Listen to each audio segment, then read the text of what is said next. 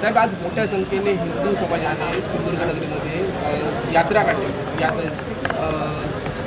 बांगलादेशमध्ये जो हिंदू समाजावर जो अत्याचार होतोय त्या संबंधित सकल हिंदू समाज महाराष्ट्र सगळ्या महाराष्ट्रातल्या प्रत्येक जिल्ह्यामध्ये एकाच वेळी ही न्याय यात्रा हिंदू न्याय यात्रा आज निघालेली होती। तशीच आमच्या सिंधुदुर्गामध्ये आज हिंदू समाजाने बांगलादेशमध्ये असलेल्या आमच्या हिंदू माता भगिनी आणि बंधूंसाठी त्यांचा आवाज बनण्यासाठी आणि त्यांच्यापर्यंत संदेश पोहोचवण्यासाठी की ते एकटे नाही आहेत। महाराष्ट्रातला सिंधुदुर्गातला हिंदू समाज हा त्यांच्याबरोबर आहे आणि त्यांच्यावर होणारे जे काय अत्याचार आहेत या सगळ्या गोष्टी आम्ही फार बारकाईने बघत आहोत। पण त्याचबरोबर आम्हाला आमचे देशाचे पंतप्रधान आदरणीय मोदी साहेब यांच्या नेतृत्वावर प्रचंड विश्वास आहे। आम्हाला विश्वास आहे की मोदी साहेब कुठल्याही हिंदूवर कुठल्याही पद्धतीचा अत्याचार व्हायला देणार नाही, एवढा विश्वास आमच्या मनामध्ये निश्चित पद्धतीने आहे।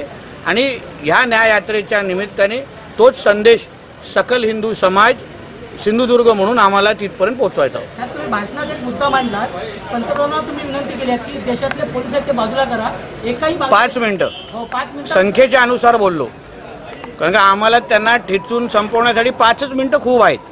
कारण ते संख्येने एवढे जास्त बांगलादेशी आणि रोहिंगे नाही आहेत, म्हणून मोदीजींनी परवानगी दिली तर 5 मिनिटाचं ते काम करण्यासाठी हिंदुत्ववादी कार्यकर्ते म्हणून आम्ही तयार आहोत। पुढचा मोर्चा मुख्य मोर्चा असेल असंही तुम्ही इशारा दिला? हो, कारण का अत्याचार जे बांगलादेशमध्ये होत आहेत, रोज ठेचून मारलं जात आहे। आमच्या धर्मगुरूंना, इस्कॉन असेल अन्य धर्मगुरूंना अटक केली गेलेली आणि त्यांची केस लढवणारे वकिलांना पण मारून टाकलं जात आहे।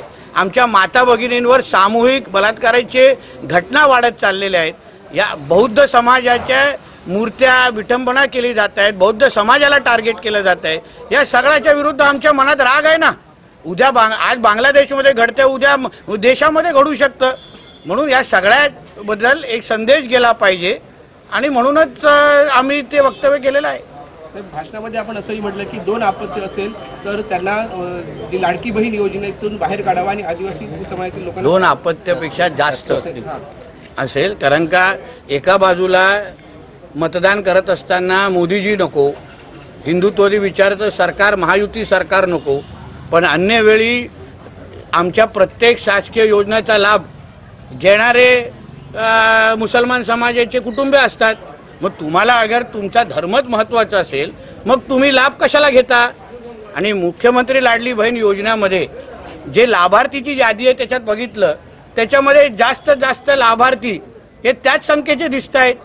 म्हणून मी आदरणीय मुख्यमंत्री देवेंद्र फडणवीसजींना आम्ही विनंती करणार आहे, फक्त आमच्या आदिवासी समाजाला बाजूला म्हणजे वगळून बाजूला ठेवून अन्य ज्यांना 2 पेक्षा जास्त अपत्य असतील त्यांना त्या योजनेमधून वगळावं, मुख्यमंत्री लाडली बहीण योजना, जेणेकरून जास्तीत जास्त हिंदू समाज आणि त्याचबरोबर जे सरकारला मतदान करतात, मोदीजींच्या नेतृत्वावर विश्वास ठेवतात, महायुती आणि आमच्या देवेंद्रजींच्या विचारावर विश्वास ठेवतात, त्यांनाच आमच्या योजनेचा लाभ भेटला पाहिजे।